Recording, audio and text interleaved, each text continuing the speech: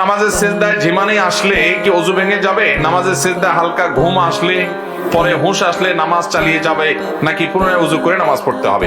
শুধু সিজদায় কেন, অনেক সময় দেখা যায় জুমার দিন বেশি হয়। জুমার দিন মানুষ দেখা যায় বসে বসে ওয়াজ শুনে, লম্বা ওয়াজ খুতবা এটা চলতে চলতে ঝিমাইতে ঝিমাইতে ঘুমাইতে ঘুমাইতে লাফ দিয়া ডানে বামে পড়ে যাওয়ার উপক্রম হয়। হয় কি হয় না? অনেকে একেবারে বড় করে পড়েও যায়। তো এরকম নামাজের মধ্যে কিংবা নামাজের বাইরে মসজিদে বসা অবস্থা যদি আপনার ঘুম আসে, তাহলে এই ঘুমের কারণে যদি আপনি পড়ে যান তাহলে ওযু ভেঙে যাবে। ধরুন আপনি বসা ছিলেন, পড়ে গেছেন, সিজদায় ছিলেন, ঘুমে আপনি একদম পড়ে গেছেন। আর যদি ঝিমাইতে ঝিমাইতে আপনি কাত হয়েছেন, এদিকে ঢুলছেন ওদিকে ঢুলছেন, তাহলে এর কারণে কি হবে না? ওযু ভাঙবে। আর যদি হেলান দিয়ে কিছুর সাথে আরাম করে ঘুম দেন এবং সেই হেলান দেওয়া জিনিসটা যদি সরায় ফেলায়, এমনি তো জাগ্রত মানুষকে সরাই ফেললে পড়ে যায়, সেটা ভিন্ন কথা।